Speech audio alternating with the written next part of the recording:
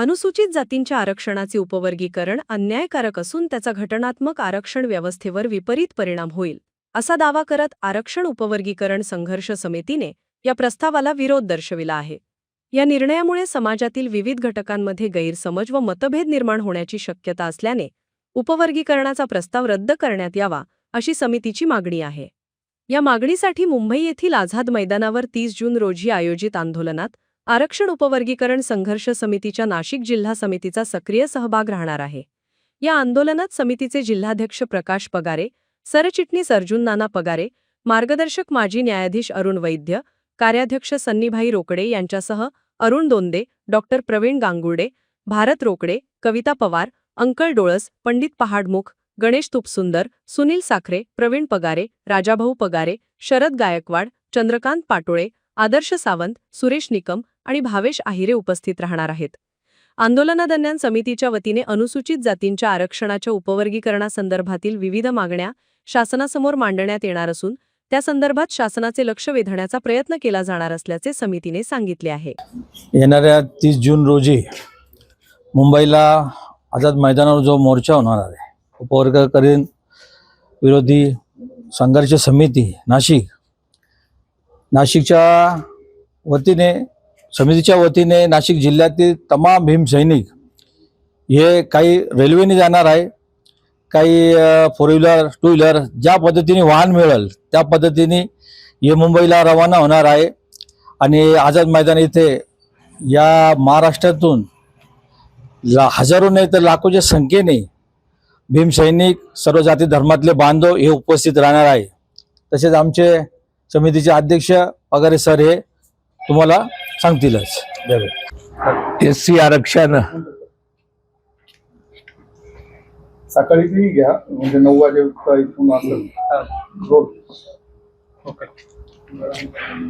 बोला। एससी आरक्षण उपवर्गीकरण विरोधी संघर्ष समिती नाशिक जिल्ह्याच्या वतीनं आज शासकीय विश्रामगृह नाशिक येथे ही प्रचंड अशी पत्रकार परिषद होत आहे।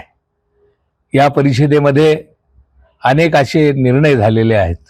त्यामध्ये सर्वात महत्त्वाचा निर्णय 30 तारखेला या समितीच्या माध्यमातून हजारो कार्यकर्ते सकाळी रेल्वेने 6 ते 10च्या दरम्यान नाशिक रोड रेल्वे स्थानकावरनं प्रयाण करणार आहेत।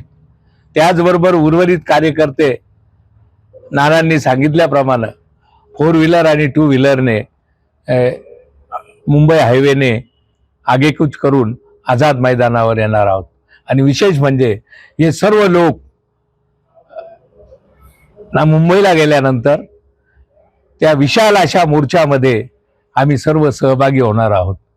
गेल्या 3 महिन्यापासून या समितीने नाशिक जिल्ह्यामध्ये प्रचंड असं काम उभं करून समाज जनजागृती आणि या जन आंदोलनामध्ये आपला सहभाग कसा असावा हे ठरविण्यासाठी आज खऱ्या अर्थानं नाशिक जिल्हा एकवटलेला आहे। तळागाळामध्ये काम करणारे भीमसैनिक आणि नेते आज आमच्या या संघर्ष समितीमध्ये आहेत।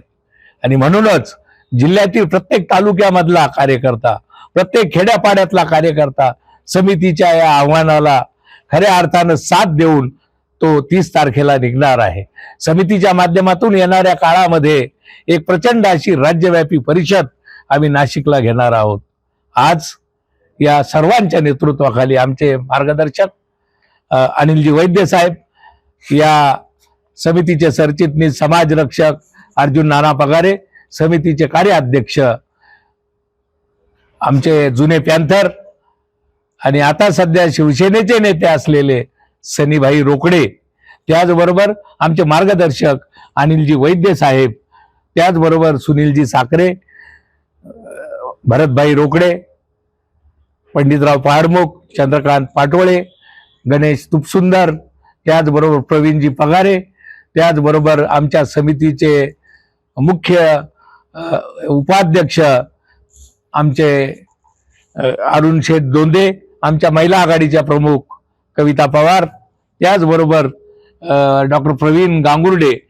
आणि हे सर्व करत असताना आमचे मार्गदर्शक अनिलजी वैद्य साहेब वारंवार मी का सांगतो की हा जिल्हा बांधण्यासाठी ही सर्व ताकद उभी करण्यासाठी आमचे समाज रक्षक अर्जुन नाना पगारे आणि जज साहेब आणि त्याचबरोबर आमचे सनीभाई आणि सर्व ज्येष्ठ लोकांनी जे जीवाचं रान केलेलं आहे, ती ताकद तुम्हाला 30 तारखेला मुंबईमध्ये नाशिक जिल्ह्याची दिसणार आहे. लाखो लोक महाराष्ट्रातून सुद्धा येणार आहेत आणि येणाऱ्या काळामध्ये ही समिती महाराष्ट्राचं नेतृत्व करण्यासाठी सिद्ध राहील असा एक तुम्हाला शब्द देतो. आणि पुन्हा एकदा या मोर्चाची तयारी करण्यासाठी उद्या परत आम्ही फिरणार आहोत आणि पुन्हा या सर्व मोर्चेकऱ्यांनी अतिशय शांततेत या मोर्चाला यावं असं समितीच्या वतीनं आवाहन करतो. जय भीम, जय बुद्ध, जय